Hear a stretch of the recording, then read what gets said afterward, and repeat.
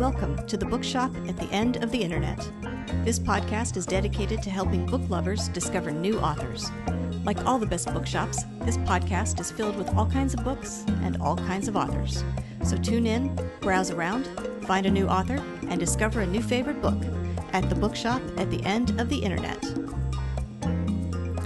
I'm Stacey Horan, author, book lover, and host of the Bookshop at the End of the Internet. This is episode number 219. For more information about this or any of our episodes, go to my website, staceyhoran.com. If you enjoy the podcast, leave us a review, like us on social media, and share us with your friends, family, and fellow readers.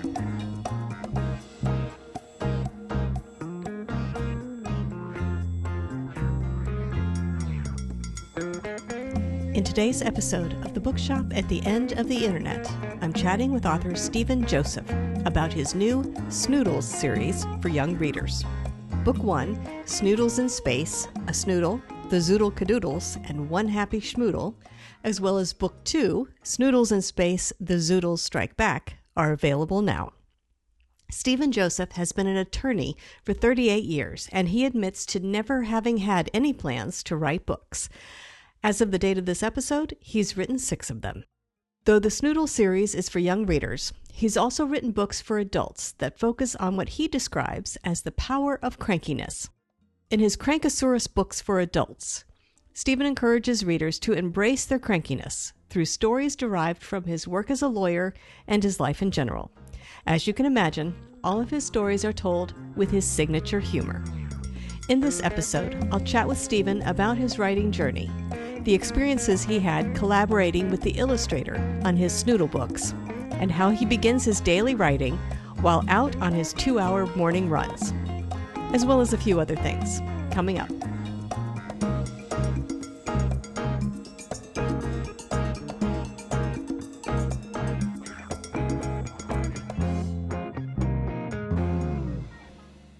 Stephen Joseph, I want to thank you very much for joining me today on the podcast. My pleasure. I thought what we could do today is start by talking about your new series for kids, Snoodles in Space. You've got books 1 and 2 out. Can you tell us a little bit about these 2 books? And let's take them in order. And I'm curious, what inspired you to start writing them? Well, okay, so this is actually the 3rd book that is now out, Snoodles in Space, Episode 2, the Zoodles Strike Back. And I'm an attorney. I was not planning to write these books, so and now it's just going to be this is my 6th book out. And what inspired it's kind of an evolution. So I started out writing. My first book was The Last Surviving Dinosaur, the Tyrant CrankaTsuris, and that in Tsuris, it's not Saurus, but Tsuris, because that's the Yiddish word for problems. And it's a story about the smallest dinosaur on the planet, who was actually the dangerous dinosaur on the planet, because she kept cranking out all her tsuris till all the other dinosaurs dropped dead. And all humans evolved from this dinosaur, and that's why we're all cranky. And I started writing a blog on crankiness after that, because somebody commented that I didn't talk enough about overcoming crankiness, and I was all about embracing our crankiness. Then I wrote a book, A Grown-Up Guide to Effective Crankiness, the CrankaTsuris Method.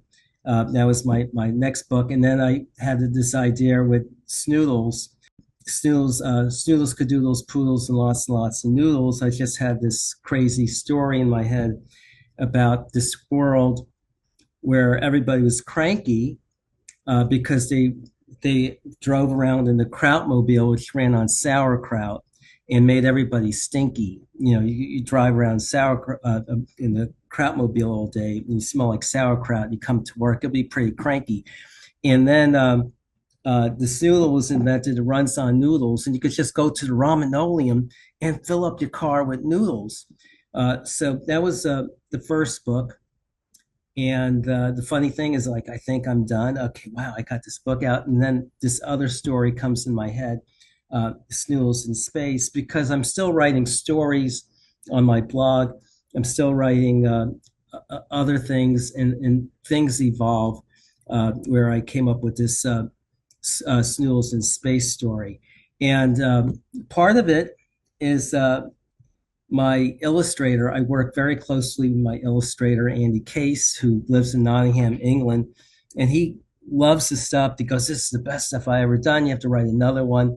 And I go, "I don't have anything. I have nothing. I can't write anything." And then I wake up the next morning, I have the story. So he keeps pushing me. And because he keeps pushing me, I keep writing. And then I came out with this book, which is a follow up to the last book, the Snoodles in Space, Episode 2, the Zoodles Strike Back. So that's quite an evolution, going from no books to now 6. Yes. Okay, well let's start with the Snoodles books, because these are books for kids. So I'm curious, was the idea did it just come to you for kids, or was there something in the back of your mind that said, "I'd like to write something for kids," and the idea kind of flowed from there? Well, everything like the first Snoodles book was uh, part of like just like a blog story, and because I write about crankiness, I'm an attorney, and I understand you were an attorney too, and I Mhm. always tell people about attorneys, like about law school, how law school works. The first year, they teach people how to get on people's nerves. And the second year of law school, we learn how to rub people the wrong way. And the third year of law school, we learn how to get underneath people's skin. And when you could do all three things at exactly the same time, you're a lawyer. So, so the thing about that is, I manage lawyers. I'm an attorney myself, and I've been doing this for 38 years. And you could get kind of cranky doing all that stuff. So then, I start writing these things. Primarily just getting more into storytelling. And again, the Snoodles one was like a moment in time. In that the first Snoodles book, we have this art restoration person who he scratches the paintings to restore art in a weird way. He has good nails, and he kept saying, "I barely scratched the surface." So it was like a feeling in time where, like, I had tons of work on my day job, and I felt like I was barely scratching the surface. And then I was dreaming of noodles, and then start thinking about all the words that rhyme with noodles: poodles, cadoodles, zoodles, schmoodles. And then I just went with it. And I love doing it. It's just also love working with an illustrator. There's nothing like, like writing an adult book versus a kid's book. It's so much fun because you do a story, and then you have the story blocks, and then you describe what you want in the story in each page for the illustrator. I just was on a Zoom call yesterday with Andy, and we're going back and forth with ideas, and it's that collaboration, which is so different than writing just a straight adult book. The collaboration between the illustrator and the author, it's magical. And the other thing about it for the author is it's like Christmas every day, where he'll send me a picture. It's like, wow, how did he do that? It's just like it's amazing. It's such a joy to do that. And it's just, when you have that experience, you just want to keep going on and on and on. Well, what are your plans then for this series? Like you mentioned, you started with one book and then you had the idea for this Snoodles in Space book. So there's 2 books out now. Do you plan on writing more of these, or are there other subjects, other characters that are coming into your head? Well, there is Andy Case, my illustrator. He's working on the next book, which is Snoodles in Space: Escape from Zoodle Traz. So that's already written. It's being drawn up, and that should come out next year. And I'm very excited about that. And in that story, one of the challenges when you're writing a series and you have these characters, and there's every book has more and more characters. And so this book is this Zoodle Strike Back, how I recap the story in the beginning, has a movie theater theme, like previously in Snoodles in Space, and it kind of tells a story. In the next book, I have almost like a Macy's Day Thanksgiving parade, and the characters are up in balloons. And the mayor is giving the state of the city sort of speech and talking about the heroes of Noodleham. And then the story begins. So, I would love this to be like an animated series. And Escape from Zoodletraz is going to be really a lot of fun because Zoodletraz is on this huge asteroid that has this lake, and it's kind of like a crazy place. And you have the trash can cats there, and are making music. And he's also a musician, so he's creating music to go along with the book, Oh, really? which is a lot of fun. How do you keep track of the terminology? Because I mean, it's a tongue twister just to even get the title out. How do you keep track of it all? Uh, I don't know. I don't like in the next book. There's a lot of oodles, a lot of different. There's like in this book, there's Droodle the poodle. Every book has a new poodle. So the next book has Floodle the poodle. They have Tina and Tony Takadoodle, the Groodle Cheeseadoodle, the jalapeno pepper popper doodle. It's trying to keep track. Yeah, it's getting, yeah, it gets bigger and bigger. So, but it's fun. It's amusing, and then like trying to say like in the last book, Sauer Krudelman invented the prickly peppered purple propulsion powered pickle. And again, it's a tongue twister, but I've said so many times I don't have a problem with it. Well, it certainly sounds like it would be fun to write, which is, I'm sure, a welcome contrast to the day job Yes, of lawyering and managing lawyers. yes. What do your colleagues think of you writing about Snoodles and crankasauruses and all that stuff? Are they Uh, surprised? I don't know if they're surprised. I guess they're impressed. Mm, It's fun for like book sales. Having a like bringing in your book and like bringing in bagels and having like a book release party at the office, which is always fun. right, right. Do you ever get pitched ideas from your colleagues? Since it sounds like some of your story ideas stem from your experiences and your feelings evolving from the day job. Well, in Cranky Superpowers, a lot of that gets inspired by my day job as a lawyer. So I always get an idea. So I'll go to a mediation, and the mediator would come in and say, "Don't shoot me. I'm just a messenger."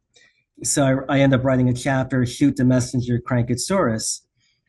So like, and I always say, if I needed a messenger, I used to be a messenger. It's like I got paid like minimum wage. This guy charges $500 an hour.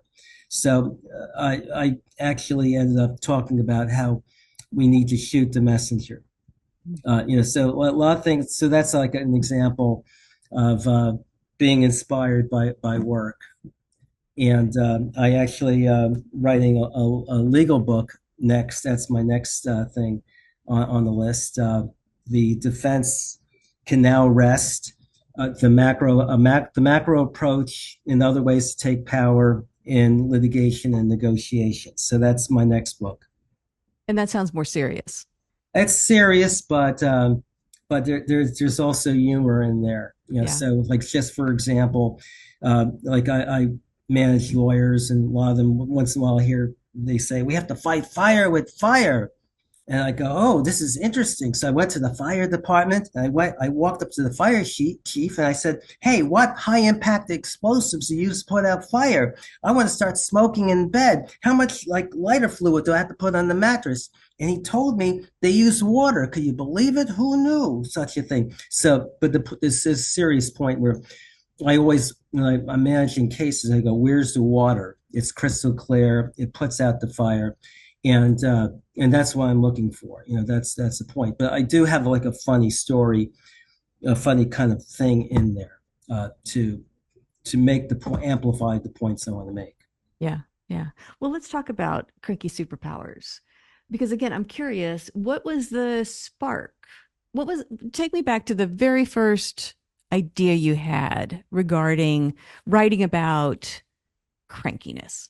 Yeah, again, it was about some critics said I didn't talk about enough about overcoming crankiness, Mm. and the whole point was to embrace crankiness. So I started just writing about things that came into my head, and then it evolved into more stories. So in Cranky Superpowers, I have all different kinds of stories where, like, I love, I have Captain Kirk and Mr. Spock, and Mr. Spock is interviewing for the job of first officer.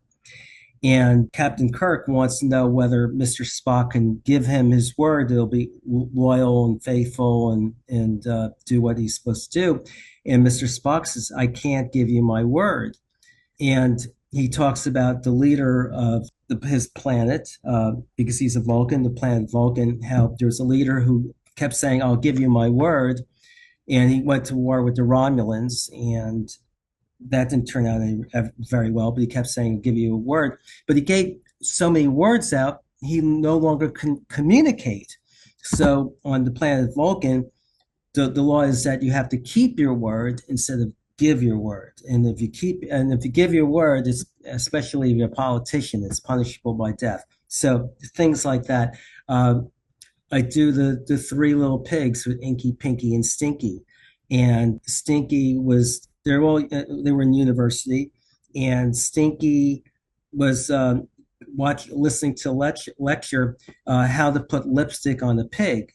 And Stinky was thinking, "Oh, that's really silly. Like why would you want to put lipstick on a pig? You know, that's just so." So Stinky started daydreaming and thinking about playing in the mud, and then got the idea of making bricks and build this brick house, which ended pretty badly for the big bad wolf. So again, it's like just like kind of coming up with different ideas, uh, like and making it fun, but with a serious point about how to deal with our crankiness.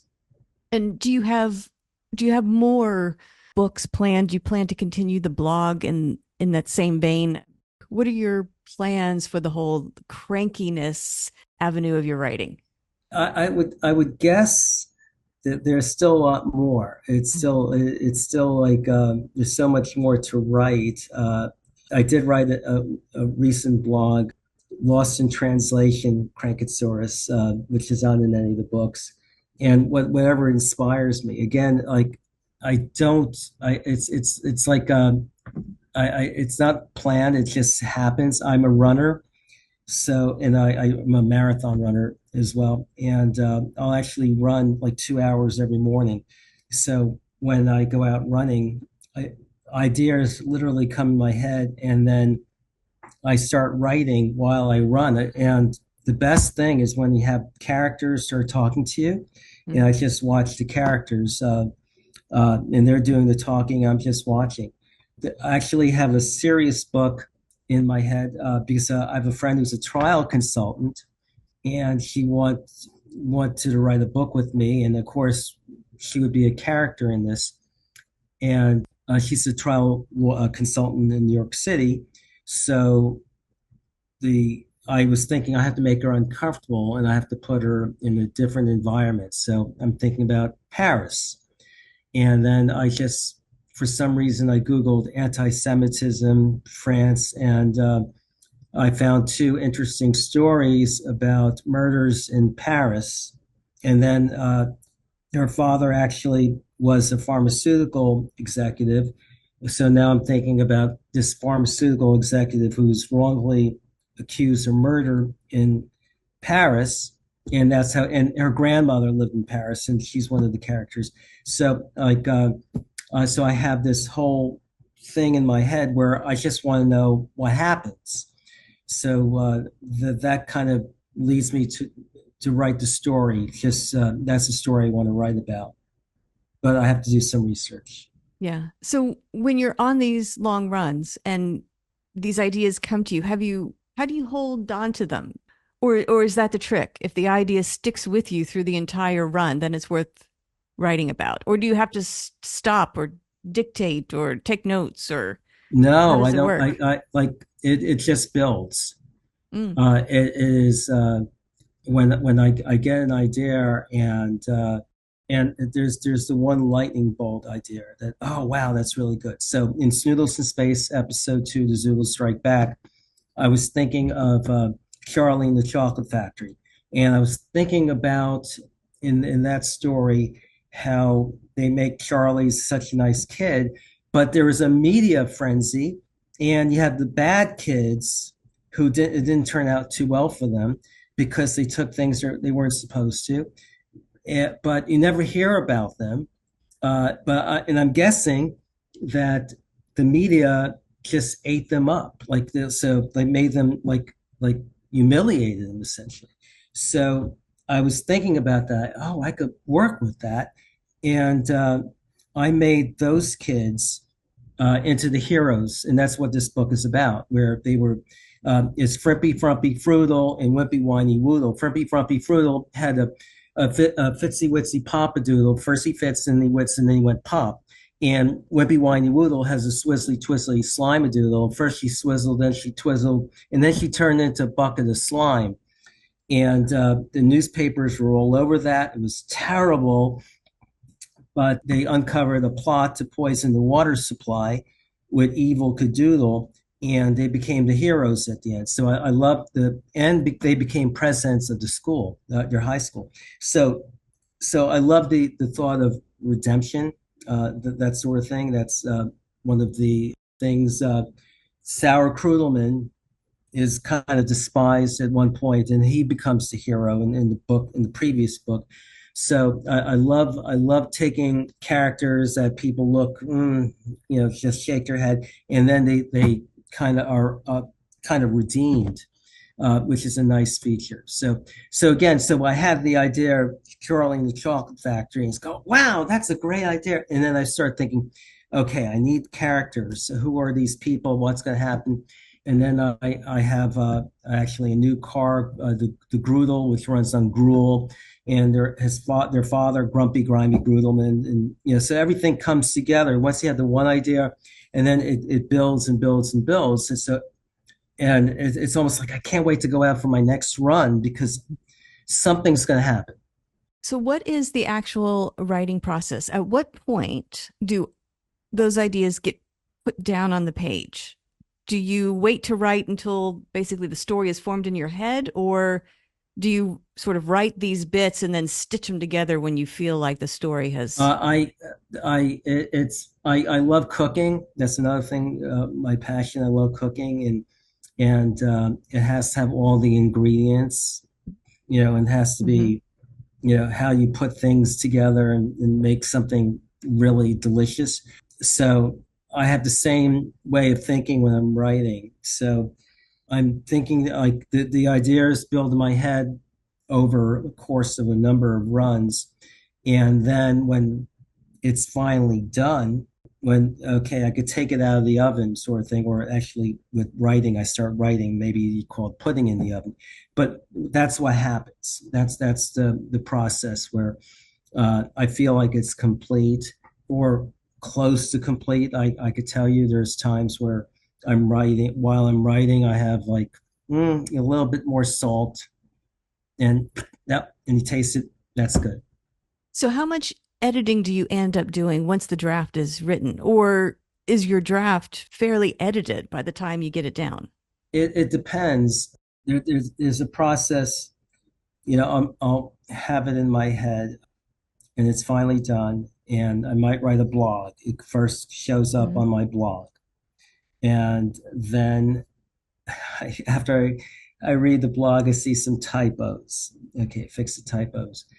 And then when it becomes putting into a book, like so Cranky Superpowers, I'm reading it again, and there might be a fresh idea that comes to my head, or I could expand on it. I know with a grown-up guide to effective crankiness, the editor says keep write your thought, expand, so not to be timid in your words. So if I have another riff, sort of funny riff, I'll throw it in. So it there's different levels of editing that I do. And it depends on where it's going. So when my story is ready for a story block, now I have to think differently. With the kids' book, I write out a story, shows up in the blog, and that's fine. And then I'm writing the story blocks, and I have to think of what words to go on what page, and that becomes a different process because I can't just like throw in 5 million words in one page. I have to think about things how play out in the book. Yeah, yeah. And you mentioned at the start of our conversation that you weren't planning to write these books, but I'm curious, have you always been a writer? I mean, is this ultimately something you wanted to do and but never really thought about it until more recently? Or was it a complete surprise? Was it not anything you ever thought of doing growing up?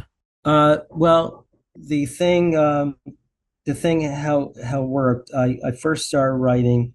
I This is back in 1995. I was asked to be a speaker at a practicing law institute seminar on accountants malpractice, and I said, "Great, I'll do it." I never did that before. This was fun, and he said, "Could you write 2 chapters for the book for the text?"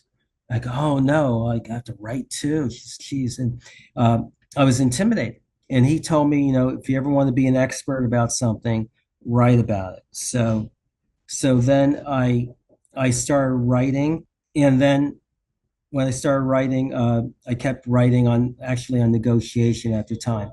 So what happened? I kept writing from then on there mostly on legal stuff. And I've published a number of articles.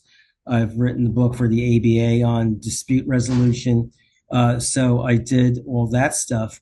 And then with the kids' books, it was funny what happened.